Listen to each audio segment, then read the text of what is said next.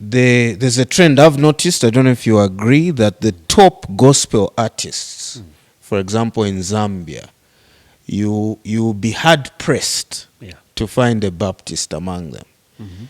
Normally, I think the Pentecostals are the ones who excel. As if you look at the top 5, names that come to your mind are probably from that denomination. Why do Baptists, musicians, singers who are from a Baptist background, why do they struggle to be amongst the top? Why don't we have a Baptist Pompey and a Baptist Abel Chungu and a Baptist Ephraim? And I think that's a very good question. We lack, of course, experience and promotion, and I think we've been discussing this from the word go. Support. We don't have support. It's a situation where you want to come out from the cocoon, and you have these elders who are saying, nah, you cannot do this. It's not biblical, or they'll give you all the theological jargons, to try to suppress you. And so that really has taken away that gifting and that talent and, the artistry that somebody wants to bring out. And so you can't do anything with that. It's almost like you're in limbo, you're crippled. And so I've had an opportunity to sing with big artists, recorded in big studios, and a moment I shared with really, really big artists when I was writing "Come to the Altar" in the U.S. The guys that are part of Integrity Worship then. And so they were transitioning into what they call We Are Worship. So it has changed from Integrity Worship to We Are Worship. And so they brought in different, big artists. You had Mercy Me, Casting Crowns, you had, all those big guys that do music in Nashville, Tennessee. They came in that conference. It was called the Writers Conference, Gospel Writers Conference. And so I brought in my song, and I'm like, I don't know if they will, how they will receive this song. And the guys were amazed, and they said, man, we're going to help you write, correct this song and just put it in a right way. Wow. And so when I sang it and recorded it, I felt that, this is not just my doing, but I've had help, from other believers that really believed in me. And so we have to be able to believe, to reach that stage where we can believe in our in the giftings of those that the Lord has given us in our congregations, and say, I've noticed this gift in you. And I would love to, you talked about assisting somebody who wants to produce a song. I've noticed this, and I'd love to sponsor you on one song, one track. That really goes a long way. And talk about the issues of promotion, promoting our songs, promoting our craft. You've worked hard, for this craft, and you have to be able to promote it. You talked about having his songs on Boomplay and iTunes and Shazam, TikTok and all these platforms. It's easy to get your songs there when you do a good job, because they look at the quality of your music. They will not just allow you to put anything on iTunes. They will look at. They will actually tell you, okay, it needs to have so much decibels. Okay. It needs to have so much quality. It has to be. If it's an MP3, then it has to have so much quality. If it's a waveform, it needs to have so much. They will reject it. So we don't want to talk about all these things. I know we look at them as worldly, but this is what the corporate world does, and they will invest so much money into that, so that when you come out as an artist, you will not just be, these artists. There are so many artists that I know who are, when they sing one song and they make it, they feel that they've made 10,000, 20,000 kwacha, They feel that they've made it in They've life. arrived. And they begin to make noise on social media and all that. But you see, we want somebody that would sing a song that would be long lasting, that would be impactful. We'll be able to remember after 10 years and say, oh yeah, that song really, it still speaks to me. We talk about Keith Green, he sang those songs years ago, but they still have impact, And so we need to be able to help our brothers and sisters who are talented and gifted in that area and say, we're going to push you, we'll push, we'll take you wherever you want to go.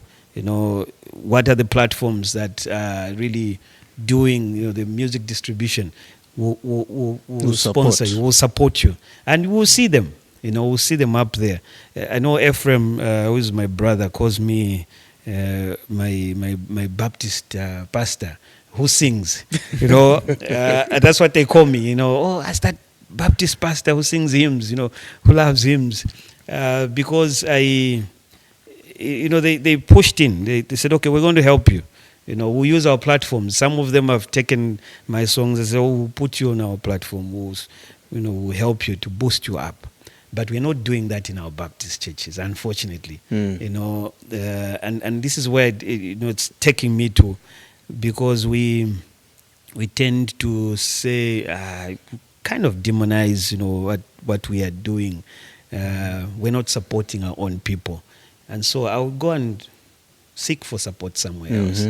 The Pentecostals will come me and say, oh, my brother, come. We'll give you a platform. Baptists don't give platforms, They would rather say, no, the word is more important. But I'm also singing, and I'm proclaiming the word through song. Yeah, through song. So that's a big issue for me, really. I think that's a good point. I didn't think about that. When you look at these top artists, gospel artists, we shouldn't think they got to the top alone. Yeah. The communities around them lifted them up. Yes. Shared their music, listened to their music, bought their albums, and they kept building. So I think we can't lump all the blame on the community, but they have a role to play to promote our local artists. Even sharing a song, liking a song, buying a song. Our people struggle. So you begin wondering, how are we going to move forward? How are we going to get to the top? Any comments? We need to make our comments brief now. Okay. Or quick, not brief but quick. So say a lot in a small amount of time.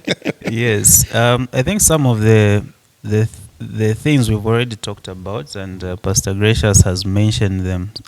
I think that it's multifaceted, definitely. So the artists themselves, how seriously do you take the ministry for that, if I may use that word?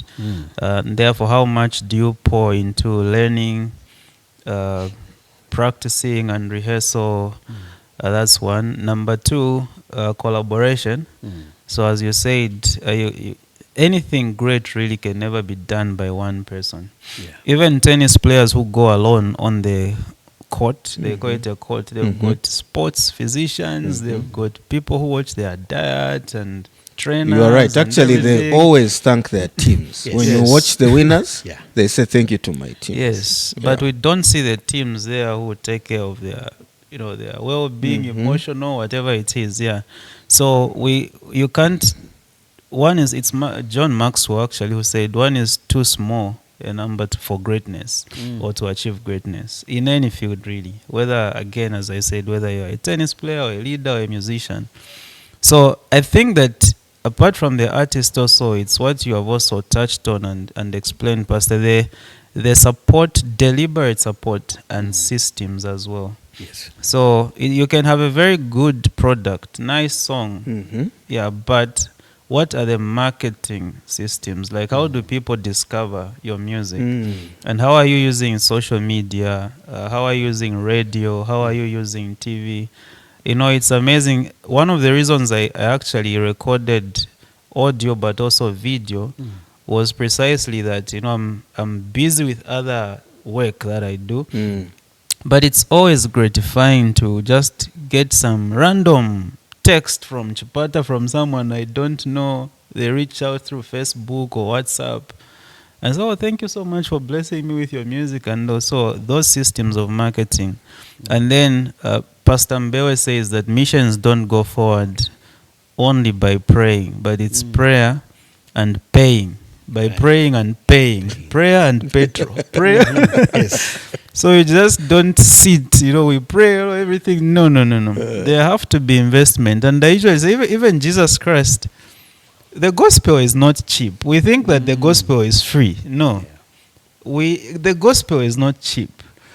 Jesus had to find someone who was rich enough to own a boat. We know he can walk on water, but there had to be someone rich enough to own a boat. Oh, can we use your boat? Yeah. Yes. They jump on a boat. The gospel was coming to Africa by people again putting money together to fund these guys to come here. Because it's not cheap, it's very expensive. Sacrifices, blood, money, and everything. So even music. And also the patience. I think that, like we were saying, Ephraim started releasing music maybe in 2002 or 2003. Of course, the social 20 media years and everything. ago. 20 years ago. So just be patient, do your work, and leave everything to God. Like we have systems and whatnot, but the extent to which God also is going to take you might not be exactly the same. It happens even for preachers. Maybe Pastor Mbewe may be given so much territory by God according to what the Bible says, the measure of grace that he has given him. You have been sent and are establishing this church by God's grace. Again, God is establishing your territory according to the measure of grace that he has given you. So it would be very dangerous also for us to just stick to the human levels and say, okay, yeah, so we also have to be cognizant of the fact that God has given me this gift. How should I use it? And when should I know that now I'm forcing things for the sake of my own brand, especially in music, where my personal brand